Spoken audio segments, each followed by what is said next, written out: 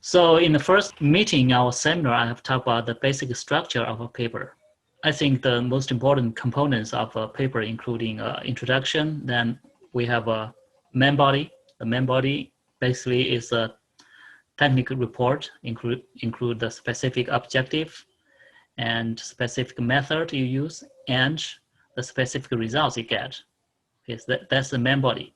So in addition to the main body, complete academic paper also need to include introduction and a discussion and conclusion part. So basically there are three main components: introduction, main body, and discussion and conclusion. I found most students will feel that the introduction part section and the discussion section are the most important and are also a most difficult part to write. So today I'm going to discuss a little bit about the key points, how to write the introduction section and the discussion section of a paper. I will share with you some of my thoughts. As I said, both the introduction section and the discussion section, you need to develop an argument. Basically, they are like an argument essay, but the main body is different. The main body is comparably easier. Just describe what you did, okay? Because you have objective, you have method, and you have results. Everything is very straightforward. But in the introduction section and in the discussion section, you need to develop an argument. You need to persuade your reader because you want to make a point. So first, I prepared two slides. The first slide is talk about how to write a good introduction section. So basically, in most introduction section for academic paper, we need to do literature review. Okay, why we want to do literature review? The ultimate reason we write a literature review in the introduction section is to guide the reader to understand our research objectives. So the most common research objectives in scientific research most commonly have two types. The first type is called descriptive objective. Basically, it's just to try to estimate the value of a certain variable using a certain method. Okay, that's the first type, called descriptive. And the next one is analytical objective. So in analytical objective, we try to determine the relationship between some key variables we identified. So as you can see, the purpose of literature review and the research objective, they all have some relationship. Basically, the literature review, when we do literature review, we want to paint a picture, a big picture in your research field. Try to make connections among different variables. And in the same time, identify the key relationships or the key variables. After we identify these key relationships and key variables, then will naturally lead to our own research objective. We can identify certain needs. Certain variables or certain relationship need further clarification, need more information, then can lead to our own research objective. Either it is to study a single variable, try to quantify them, try to improve people's understanding of this certain variable, or try to obtain more understanding on a certain relationship between two variables or more variables. Okay, so that is the basic logic behind the literature review in the introduction section. The purpose of literature review is to help the reader to clarify all the relationships between the variables and also in the same time identify the key variables or the key relationships, and ultimately will lead to your own research objectives. So that is the literature review. Next, about the results section. In the academic paper, okay, very frequently we have results and discussion and conclusion. We separate them, but it also depends on journal. Some journal, most journal, I think, they prefer you write results and discussion in separate section, because the results is directly from your own research. It should not include your opinion. It's basically results, we can regard it as a facts. And discussion should focus on your opinion. Okay, so then conclusion is a summary of discussion. So what you can do in discussion? So I make this a graph. Okay, so basically there are four directions you can go from results to complete your discussion. So results should be very straightforward. Results should not be debatable, okay? Because if other researchers following your method, they should be able to get the similar results with you. Otherwise, your research is not scientifically sound. Usually, we put results in a separate section than the discussion. So from the results, then we move to the discussion part. In the discussion, what we want to do is to expand our results. So when we do expansion, there are four directions. As I say, the first is interpretation. When I say interpretation, that means we try to explain the results. We try to find the reason why these results happen. So we ask ourselves, why? Okay, so we try to comparing our results with our expectations. Sometimes we got some unexpected results. Then we need to try our best to find all possible reasons for these unexpected results, because some unexpected results may lead to some new findings, new discoveries. And if the results is as expected, we also want to summarize some general rules based on our observations, based on the results.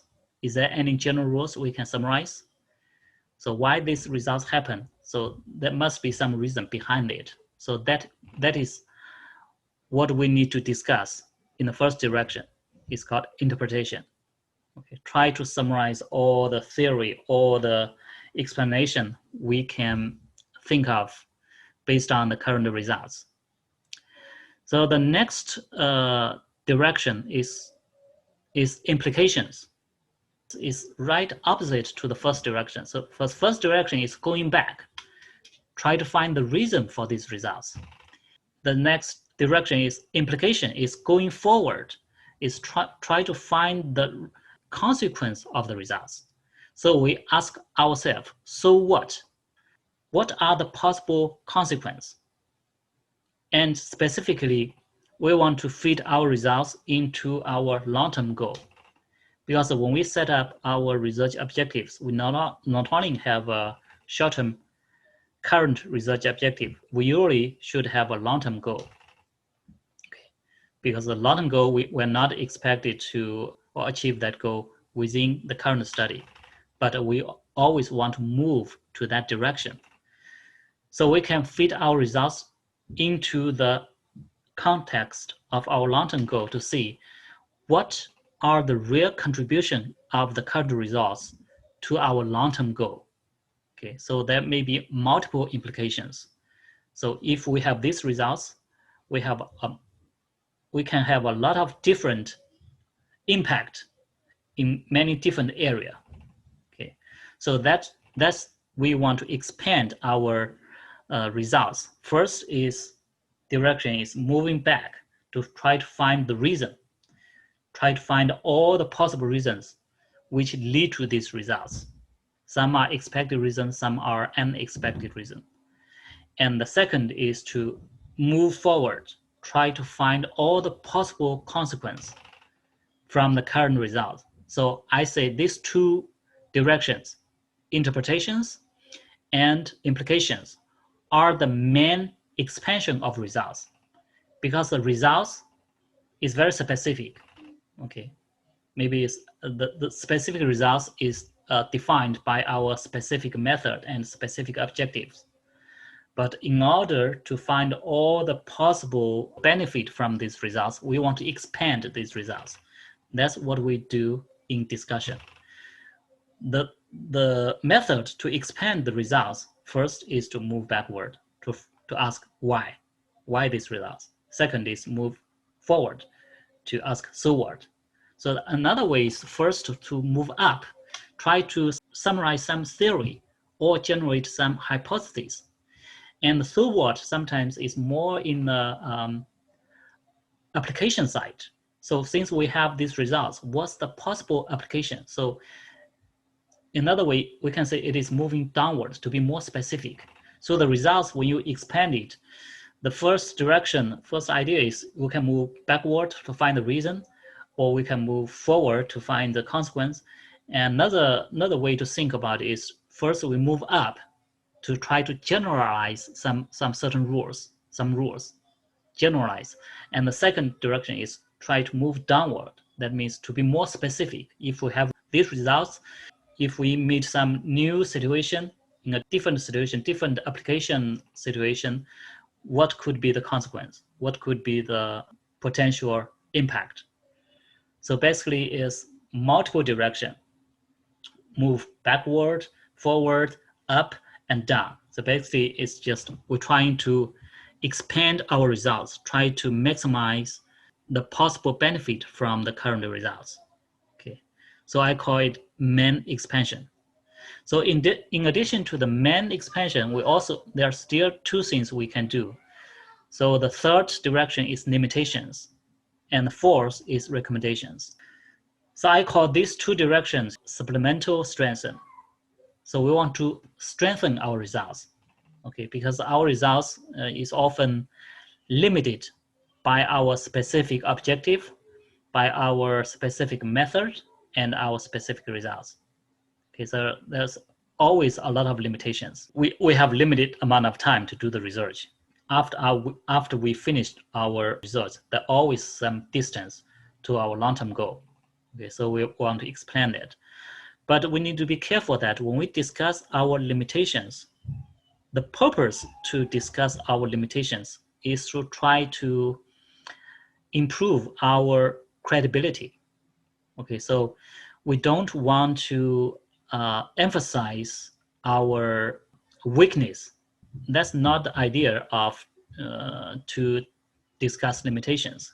So that's why when we discuss limitations, we want to make sure the limitations we discussed is forgivable to readers. If there are some weakness or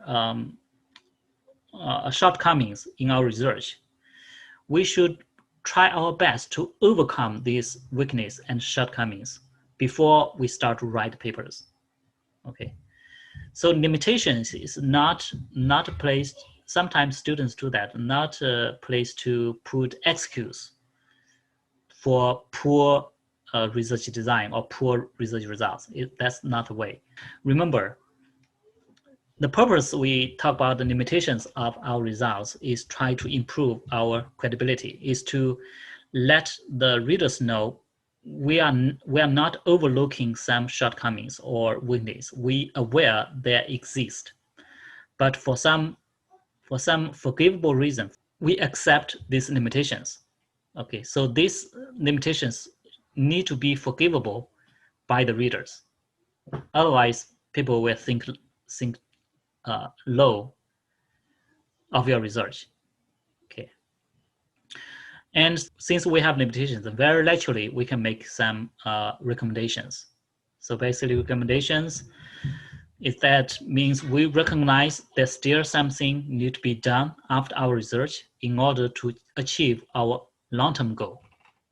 Okay, so basically recommendations is discuss the future research that can be done. Okay, maybe will lead to the next paper.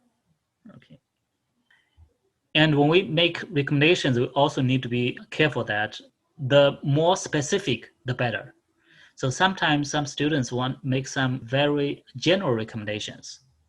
That means when I say general, that means even we don't have these results, we didn't do this research, everybody can make the similar recommendations, maybe based on some common knowledge.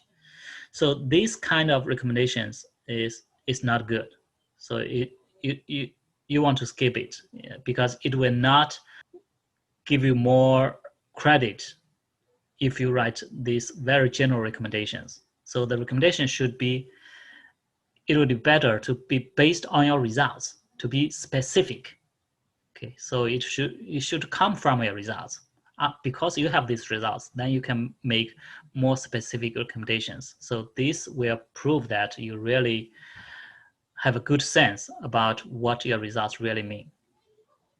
Okay, so these are the 4 directions we can follow when we develop our discussion section. These four directions, of course, they have internal logic. For example, the interpretations and implications. They may have some cause and effect relationship because from the results, we found certain rule, we found certain explanation of these results. And these certain explanations may have direct implications, have some direct impact. Okay, that's why I have this arrow on the top. And similarly, from the limitations to the recommendations also may have some cause and effect relationship. So when we develop our discussions in the discussion section, so we want to make sure when we write our sections, we want to make these logic relationship very clear to the readers. Because basically the discussion section is an argument essay, okay? So you may have multiple paragraphs, but you want to make sure each paragraph have its own idea, and between paragraphs you need to show some maybe sometimes you use some kind of connecting phrase to indicate the logic relationship between different paragraphs, between your different talking points, interpretation or implication or limitation or recommendations. Okay. Basically, that is all I want to talk about how to write a good introduction and a result section. So I want to hear your opinion. So your thoughts. So do you have any questions after? Any thoughts on the graph or on my talking points or any different opinion? So does anybody agree that the introduction section and the discussion section is the most difficult part in a paper? I was just going to say, I think it's always really hard to narrow down the list of topics that you should cover in the introduction. There's a lot that I feel like I should include, but there's not room for everything. Yes, that's a big topic because in the introduction part, the main purpose is to have a specific objective. So how to have a specific, narrow down your topic to be focused on a certain researchable objective is very difficult. So you need to do multiple rounds of literature review in order to identify a research objective. Then after you identify a research objective, you also still need to continue to narrow it down based on your literature review results. Because many times, first you have a draft research objectives, then you continue to do your research, and sometimes you need to further narrow it down, okay? Because as you're doing your research, you will find more information. So you can make your research objective more and more specific. Sunny said, I have to start methodology section very soon for my first paper. Okay, that's good. So most students should not have big problem in methodology, I guess, because that is maybe the easiest part when writing a paper. Okay. Yeah. The most difficult part maybe is the introduction part. And the introduction part and the discussion part have a lot of similarity. The only difference that in the introduction part, all the evidence you use is from literature. But in the discussion part, you can use not only the evidence from literature, but also use your own evidence, your own results. Okay. So basically in the introduction part, you paint the picture with all the material from the literature. But in the discussion part, you paint the same picture, but add a little bit of your own results. Okay. So make sure your own results is the focus of your new picture. So that's my idea. So writing introduction or writing discussion, it's just like paint a picture. Basically in the picture, you want to clarify all the relationships between different key variables in your research field. And in the introduction part, you just try to summarize this relationship based on all the material you collected from literature. And in the discussion part, you do it again. And then you add your own contribution to this picture. Okay. That is your results. And from your results, you can strengthen all the current knowledge about the relationship or about quantification of one variable. So yeah, look at this graph. Anything you think I missed?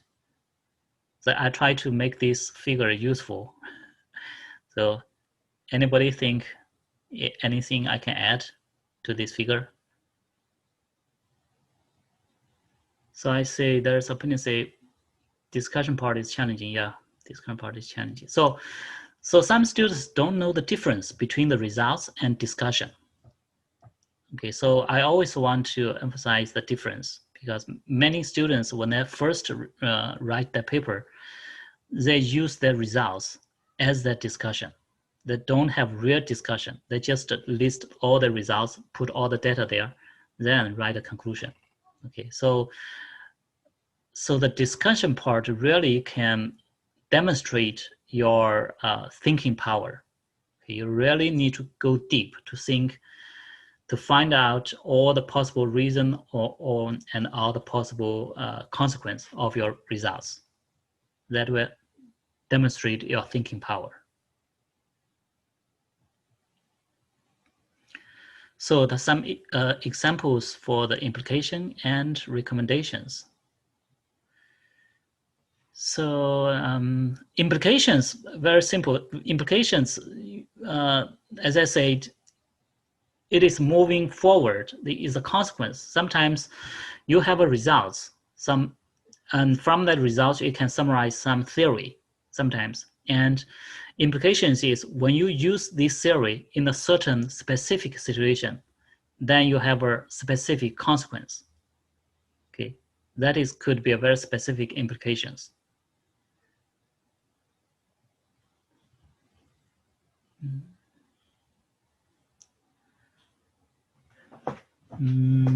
Recommendations. Yeah, recommendation is some problems you have not solved because most research objectives are very specific, have its own boundaries. When I say boundaries, that means there is a borderline.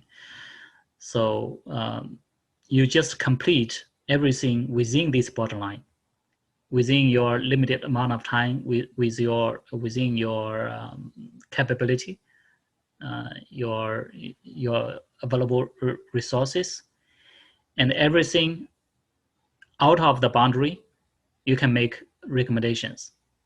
As long as you think these recommendations is helpful to achieve your long-term goal. Okay, because basically research is cooperation. Every researcher is just can do a very little part. And in order to cooperate, So good research people always make some recommendations. Then this recommendation also help to locate your own research. I mean the location. So help people to understand where is your true contributions, because you identify your own research contributions, then you can make recommendations at areas neighboring to your own contribution. You can suggest somebody else may make some other contributions. So my contributions and other contributions, if we add them together, we can make a bigger achievement. So basically, when you try to write a paper, I think it's a very good idea to write the introduction part as soon as possible. So even before you start to collect your data, before you actually conduct your research, because when you do write the introduction part, you don't really need any data, don't really need your own data. What you do is just a little review. But if you are able to write a satisfying introduction part, it will make your thinking more clear. Okay, so you will have more confidence in your research objectives, and it will help you to avoid mistakes in your research. And of course, if you already have a good introduction part for your paper, then later, after you finished your research, after you start to write your discussion part, it will be very easy, because many evidence you use or many logic you use in your introduction part, you can just use it again in your discussion part. And sometimes some of the evidence or some of the discussion, you can choose whether use it in your introduction part or in your discussion part, because sometimes you can, when you try to balance your whole paper, sometimes you can make the decision whether you want to put it in the introduction part or in the discussion part. It is because there are too many similarities. Okay. So to have a very good introduction part ready can help you to do your research and can also help you to write your discussion part. Okay, so that they are basically the same logic.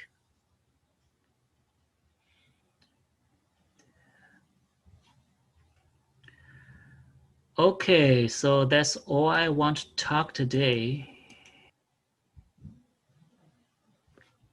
Thank you. This is very helpful. Okay, thank you. Glad to hear that.